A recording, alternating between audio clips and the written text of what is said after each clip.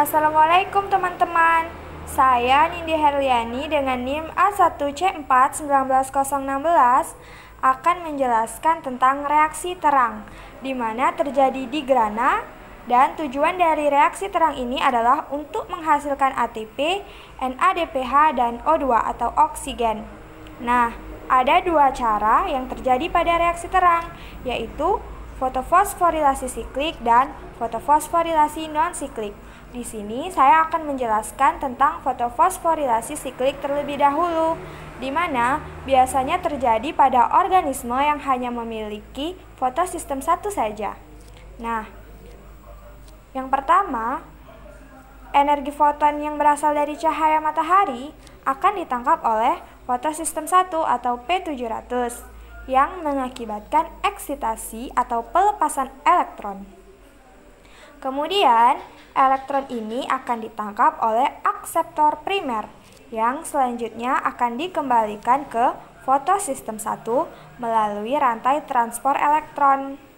Nah, akseptor yang terlibat ini yaitu ferredoksin, kemudian kompleks sitokrom, dan plastosianin. Pada rantai transport elektron tersebut terjadi fotofosforilasi sehingga membentuk ATP. Karena elektronnya kembali lagi ke fotosistem 1, maka tidak terjadi fotolisis air teman-teman, sehingga dalam fotofosforilasi siklik ini tidak dihasilkan O2 dan NADPH. O2 dan NADPH akan dihasilkan pada fotofosforilasi non-siklik. Nah, sekian penjelasan saya mengenai fotofosforilasi siklik. Selanjutnya saya akan menjelaskan tentang fotofosforilasi non-siklik. Stay tune! Nah, selanjutnya saya akan menjelaskan tentang fotofosforilasi non-siklik, di mana dalam fotofosforilasi non-siklik ini melibatkan beberapa komponen, di antaranya cahaya, fotosistem 1, fotosistem 2, akseptor elektron, ADP, NADP, serta H2O atau air. Nah, energi foton yang berasal dari cahaya akan diserap oleh fotosistem 2, khususnya cahaya merah, biru, dan nila. Karena kalau cahaya kuning dan hijau akan dipantulkan kembali teman-teman. Selanjutnya, energi foton tersebut akan memacu fotosistem 2 untuk melepaskan elektron yang akan ditangkap oleh akseptor primer. Nah, proses pelepasan elektron ini disebut fotoeksitasi. Akibat dari eksitasi elektron ini, teman-teman, fotosistem 2 akan mengalami kekosongan elektron. Nah, untuk mengisi kekosongan elektron ini, maka akan terjadi fotolisis air. Nah, ini adalah reaksi dari fotolisis air. Dari fotolisis air tadi dihasilkanlah hidrogen, oksigen, dan elektron. Nah, elektron yang berasal dari fotolisis ini akan mengisi setiap kekosongan elektron pada fotosistem 2. Sementara oksigen yang dihasilkan akan dilepaskan ke udara sebagai hasil samping dari fotosintesis. Nah, hidrogen tadi akan bereaksi dengan NADP untuk membentuk NADPH. Elektron pada akseptor primer tadi akan dialirkan ke fotosistem 1 melalui rantai transport elektron. Akseptor yang terlibat terdiri dari plastoquinon, kemudian kompleks sitokrom, dan plastosianin. Dan selanjutnya sampai ke fotosistem 1.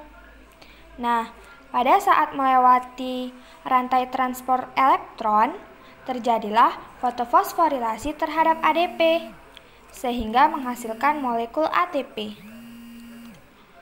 Selanjutnya, pada fotosistem 1, setelah menerima foton dari cahaya, juga melepaskan elektron teman-teman, yang ditangkap oleh akseptor primer. Selanjutnya akan dipindahkan ke ferredoksin dan diterima oleh NADP dengan bantuan enzim NADP reduktase.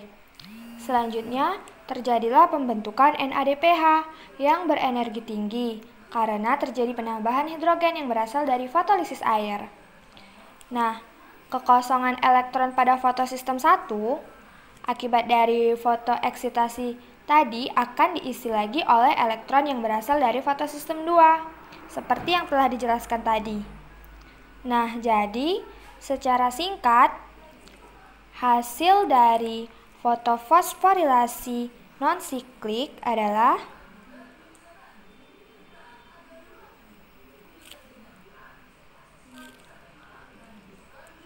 O2, kemudian ATP, dan NADPH. Nah, NADPH yang dihasilkan ini akan digunakan pada reaksi gelap atau siklus Kelvin. Sekian penjelasan dari saya, teman-teman. Bagaimana? Mudah bukan? Hanya dengan melalui gambar yang cukup singkat ini, kita sudah bisa memahami mengenai fotofosforilasi non-siklik dan mengetahui hasil dari fotofosforilasi non-siklik tersebut. Selanjutnya, teman saya akan menjelaskan materi selanjutnya. Terima kasih. Wassalamualaikum warahmatullahi wabarakatuh. Baiklah, di sini sebelum masuk ke reaksi gelap, saya akan menjelaskan tentang fotosintesis. Fotosintesis merupakan proses penyusunan atau pembentukan senyawa kompleks organik dari senyawa sederhana anorganik dengan menggunakan energi cahaya matahari. Nah, fotosintesis ini digunakan untuk memproduksi zat makanan berupa glukosa. Terjadi dalam dua langkah, yaitu reaksi terang dan reaksi gelap. Proses langkah ini terjadi di dalam kloroplas. Nah, di sini kloroplas merupakan organel sel yang ditemukan pada tumbuhan dan berfungsi untuk menghasilkan energi yang berasal dari sinar matahari, menjadi energi kimia yang tersimpan dalam glukosa. Selanjutnya, untuk bagian-bagian kloroplas, terdapat pada bagian luar yaitu membran luar. Selanjutnya di sini membran dalam. Jadi ini membran luar.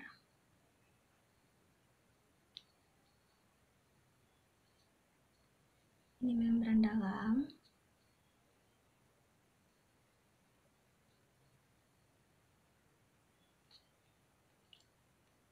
Nah, di sini grana yang tersusun oleh granum-granum tilakoid. Nah, tilakoid ini tempat terjadinya reaksi terang. Sedangkan stroma merupakan cairan kloroplas dan berguna untuk menyimpan hasil fotosintesis dalam bentuk pati. Nah, stroma juga tempat terjadinya reaksi Kelvin atau reaksi gelap.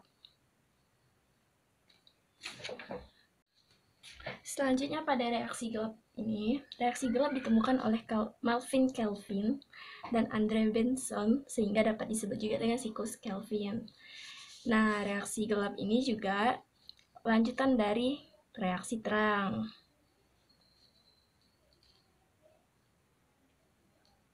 Pada reaksi gelap ini juga tidak membutuhkan cahaya.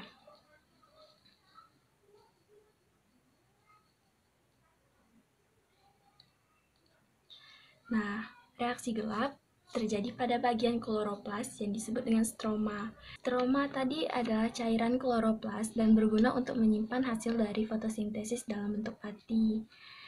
Nah, di stroma ini juga terjadinya reaksi gelap.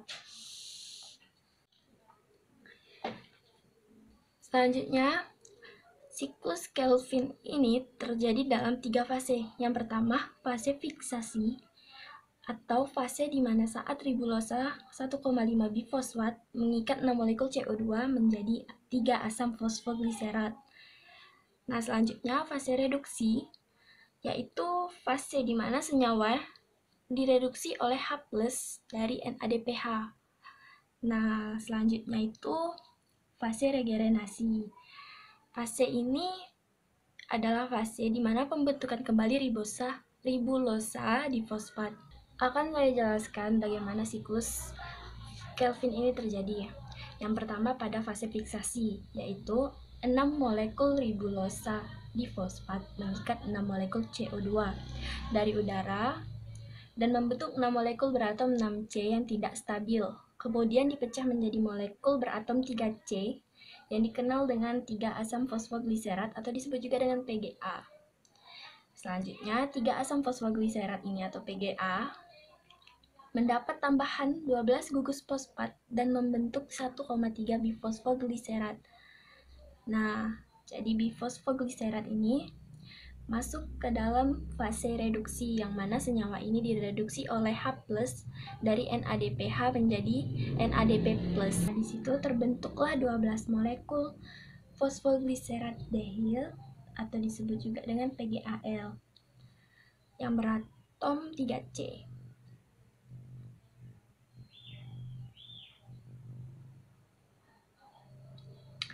Selanjutnya,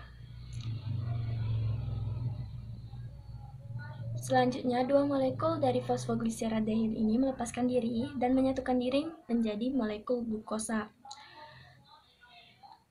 Selanjutnya, sisanya 10 molekul fosfogliseraldehid yang tersisa masuk ke dalam fase regenerasi yang kemudian menjadi ribulosa 5 atom fosfat atau 5 atom fosfat. Nah, jika ribulosa fosfat ini mendapat tambahan gugus fosfat, maka ribulosa fosfat akan menjadi ribulosa difosfat yang kemudian kembali mengikat CO2 dan akan mengalami kembali siklus Kelvin yang terjadi. Oh iya.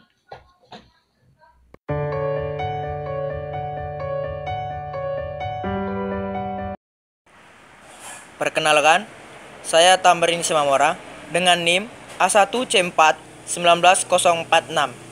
Baik, di sini saya akan menjelaskan tentang proses fotosintesis tumbuhan C3. Sebagian besar tumbuhan di muka bumi ini adalah tumbuhan C3. Contoh tumbuhan C3 adalah padi, gandum, kedelai, dan sebagainya. Yang membedakan tumbuhan C3 dengan tumbuhan lain adalah CO2 masuk ke dalam siklus Kelvin secara langsung.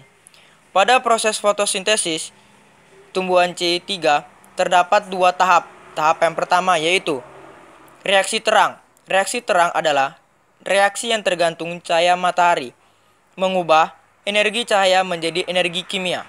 Reaksi ini terdiri dari proses fotosintesis dan fotofosforilasi.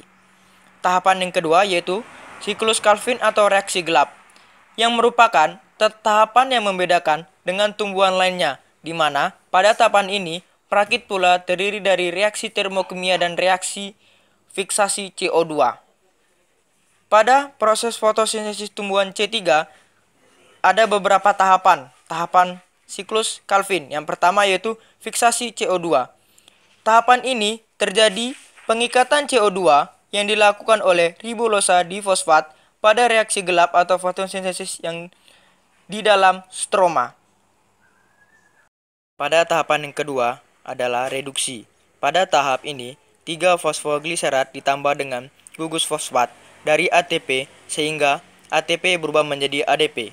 Sehingga 3 fosfogliserat tadi berubah menjadi 1,3 biofosfogliserat yang kemudian direduksi oleh NADPH dari reaksi terang yang menghasilkan gliserat dehid 3 fosfat.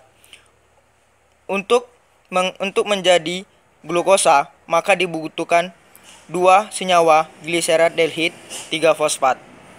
Tahapan yang ketiga yaitu regenerasi penerima CO2 atau RUBP. Pada tahapan ini, gliserat dehid 3 fosfat juga digunakan untuk mensintesis RUBP.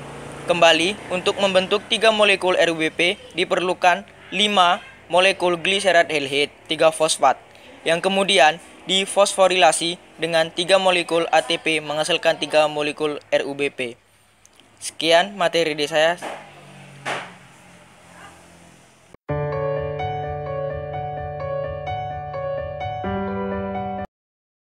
Baiklah, Assalamualaikum warahmatullahi wabarakatuh. Saya Arya Masito. Di sini saya akan menjelaskan tentang fotosintesis tumbuhan C4. Sebelum itu, saya akan menjelaskan perbedaan utama fotosintesis tumbuhan C3, C4, dan CAM. Yang pertama itu tumbuhan C3, di mana tumbuhan C3 ini menangkap CO2 dan menghasilkan molekul berkarbon 3 atau molekul fosfogliserat. Nah, yang kedua itu adalah tumbuhan C4, di mana tumbuhan C4 ini akan menangkap CO2 dan menghasilkan molekul berkarbon 4 atau oksaloasetat dengan penangkapan CO2 di mesofil daun dan siklus Calvin di sel seludang pembuluh. Nah, yang ketiga adalah tumbuhan CAM, di mana tumbuhan CAM ini akan menghasilkan molekul berkarbon 4 atau oksaloasetat dengan penangkapan CO2 di malam hari dan siklus Calvin di siang hari. Nah, sebelumnya apa sih tumbuhan C4 itu? Tumbuhan C4 adalah tumbuhan yang mampu menyesuaikan diri dengan lingkungan yang panas dan kering, di mana tumbuhan C4 ini pada reaksi gelapnya akan menghasilkan senyawa beratom 4C atau 4 karbon. Nah, apa aja sih tumbuhan C4 itu?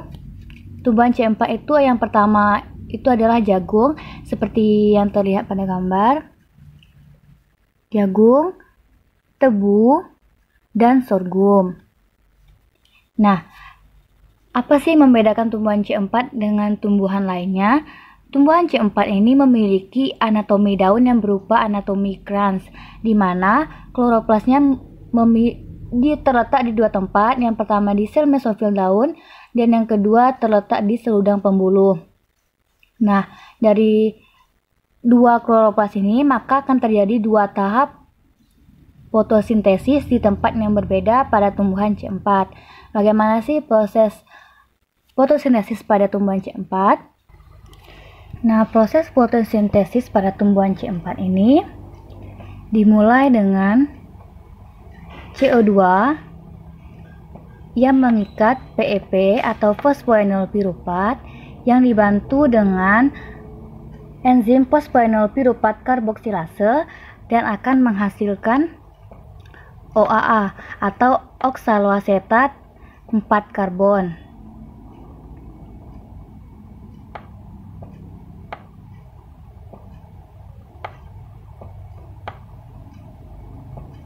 Nah, nanti oksaloasetat ini akan dirubah menjadi asam malat. Kemudian, asam malat ini akan mengalami dekarboksilase menjadi asam pirufat.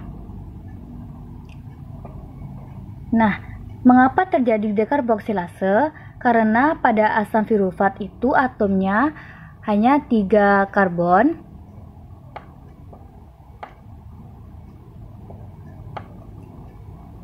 Nah, yang 1 karbon lagi kemana? Dia akan pergi kemana? Dia akan menjadi CO2 yang akan membantu fotosintesis pada siklus Calvin.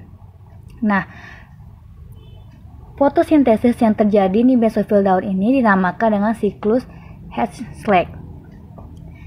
Nah, jadi satu atom tadi akan dirubah menjadi CO2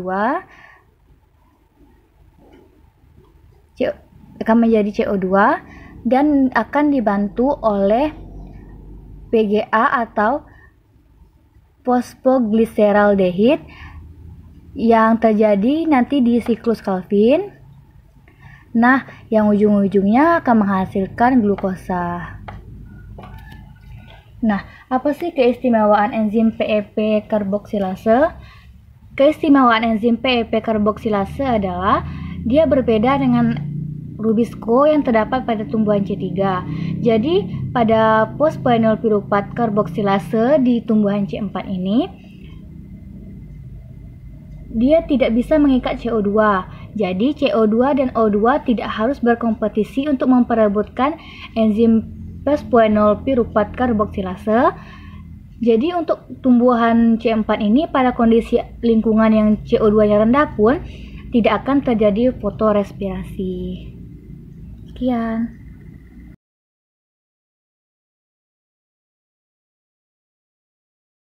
Assalamualaikum warahmatullahi wabarakatuh. Perkenalkan, saya Farah Melinia Dewi dengan NIM A1C419047 akan menjelaskan mengenai proses fotosintesis pada tumbuhan CAM atau Crassulacean Acid Metabolism. Nah, pada tumbuhan ini, apa sih CAM itu? CAM adalah tumbuhan yang umumnya hidup di wilayah yang tandus. CAM ini mendapatkan CO2 di malam hari, sedangkan dia menutup rapat stomatanya pada siang hari. Tujuannya untuk menghindari proses transpirasi yang berlebihan. Nah, pada tumbuhan CAM ini terjadi dua fase, yaitu malam dan siang hari. Pada malam hari disebut dengan siklus Hertzsprung, sedangkan pada siang hari disebut dengan siklus Kelvin. Untuk siklus Hertzsprung ini prosesnya terdapat di mesofil daun, jadi di malam hari. Sedangkan untuk siklus Kelvin ini terjadi di siang hari, tempatnya di sel-sel sarang berkas pengangkut. Nah, di sini prosesnya yaitu pada malam hari stomatanya akan membuka lebar sehingga CO2-nya akan berikatan dengan PEP atau fosfoenol pirufat. Nah, di sini akan membentuk asam oksaloasetat dan juga karboksilase. Di sini akan diubah menjadi asam malat. Nah, asam malat ini akan disimpan dulu di vakuola. Disimpan terlebih dahulu di vakuola. Lalu untuk siklus yang siang hari, yang pertama adalah asam malat yang tadi yang terdapat di vakuola ini akan diproses dan akan mengalami dekarboksilasi oksidasi yang akan mendapatkan asam pirufat dan CO2. Di sini asam pirufat dan karbon dioksida ini akan diubah lagi menjadi PEP atau fosfoenol pirufat dan akan terbentuklah karbohidrat atau glukosa. Nah, di sini mengalami dua arah, dapat mengalami proses yang ini dan juga dapat mengalami proses yang satu lagi. Nah, proses ini asam malat ini langsung CO2-nya akan berproses lagi di siklus Kelvin. CO2 yang ini adalah CO2 yang berasal dari proses sebelumnya, yaitu yang terdapat di mesofil daun atau proses pada malam hari. Nah, ini CO2 ini akan mengalami proses siklus Kelvin.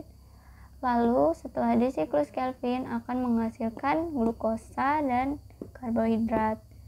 Nah, untuk teman-teman agar tahu juga bahwa tumbuhan CAM ini contohnya adalah pada tumbuhan lidah buaya, kaktus, dan tumbuhan nanas. Sekian penjelasan dari saya. Terima kasih. Wassalamualaikum warahmatullahi wabarakatuh.